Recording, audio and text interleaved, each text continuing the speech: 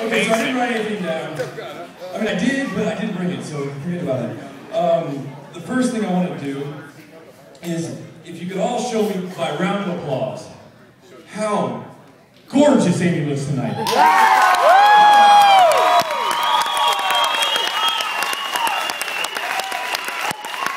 You can get louder than that, I swear.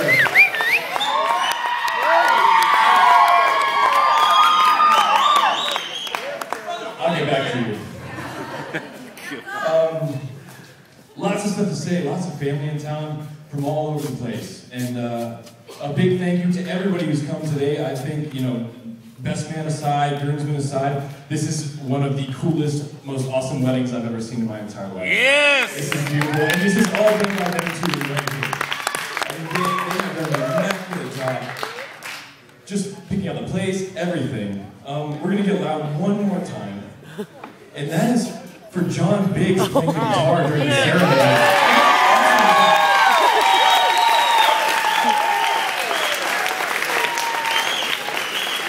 Ridiculous.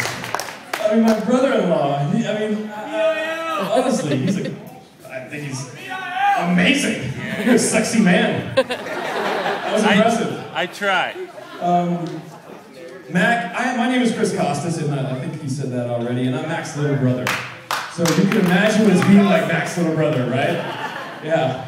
All-state wrestling champ, ASU rugby player. Okay, I still have bruises. It's been awesome. I've thought of this speech so many times, late in bed at night even, and there's more stories that me and him have that, that aren't even appropriate for this right now.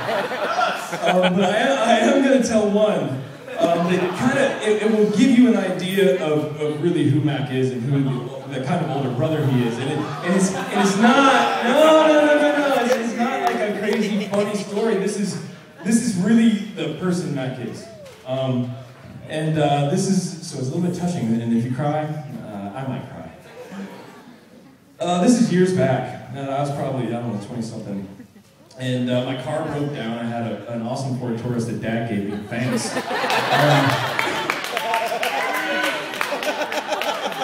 And it broke down, and I had no car. And at the time, Mac had a Chevy S10, beautiful truck, and a motorcycle also. And so, of course, me and Mac lived together in Tempe, and he said, of course, take my truck, use it for the week or whatever. So I did. Me and my buddies, we went out one night and we took his truck and we ran it straight to a tree.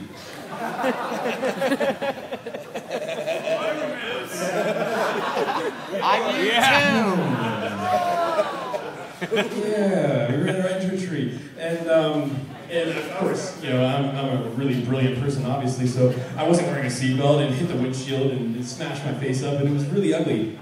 And that wasn't the worst part about it. The worst part about it was going home to face Mac. Right? We just trashed his truck, so I went home, back down to Tempe to our condo, and I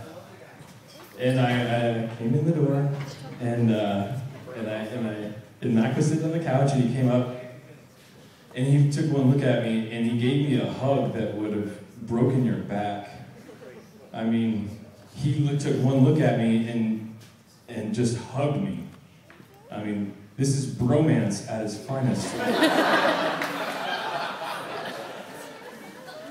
And after he's done hugging at me, he starts picking at my head. He starts looking at my head, so I'm just bloody as hell. And runs upstairs, goes gets hydrogen peroxide, and starts cleaning my face.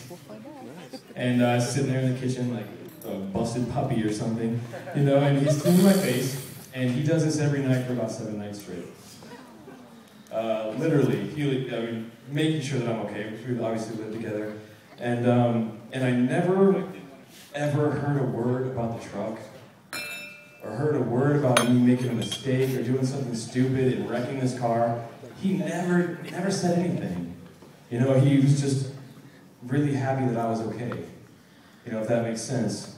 And that's Mac. I mean, he's a family guy. You're here. Yes. You're here.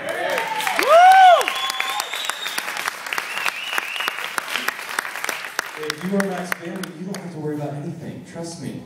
He has your back. And he has had mine since day one, and I'm the worst little brother you could ever have.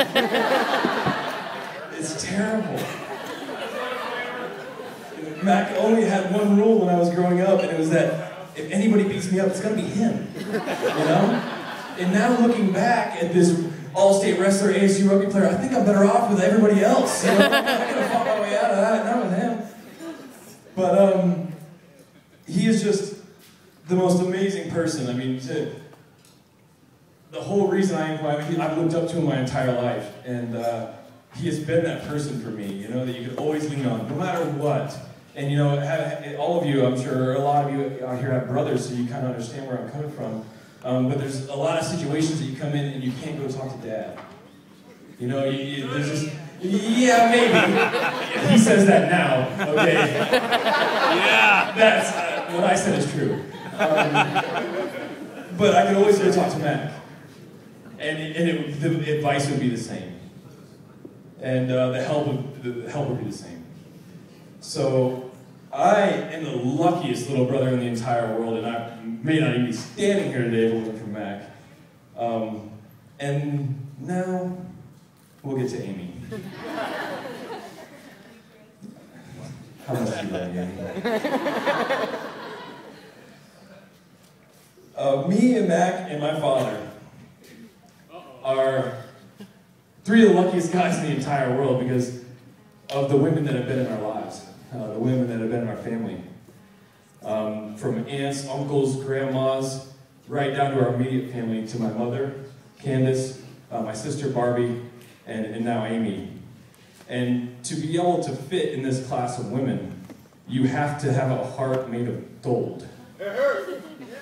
And Amy's is made of platinum. She is the most ridiculous, sweetest, nicest, most beautiful woman in the entire world. And, you know, if you weren't my brother's wife, I would steal you away from him, because that's how amazing you are.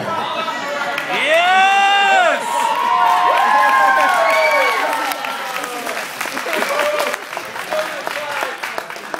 You want awkward, I will give you awkward, Laura.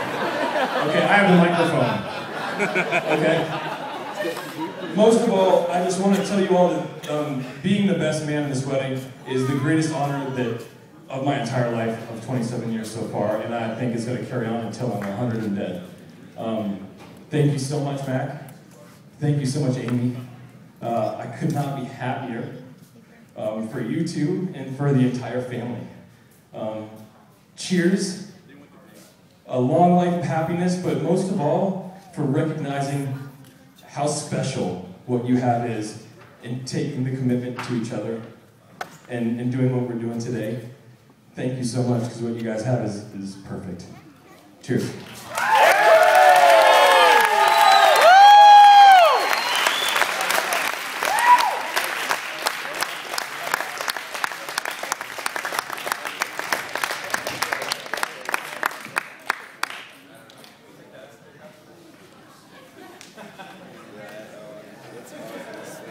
Yeah.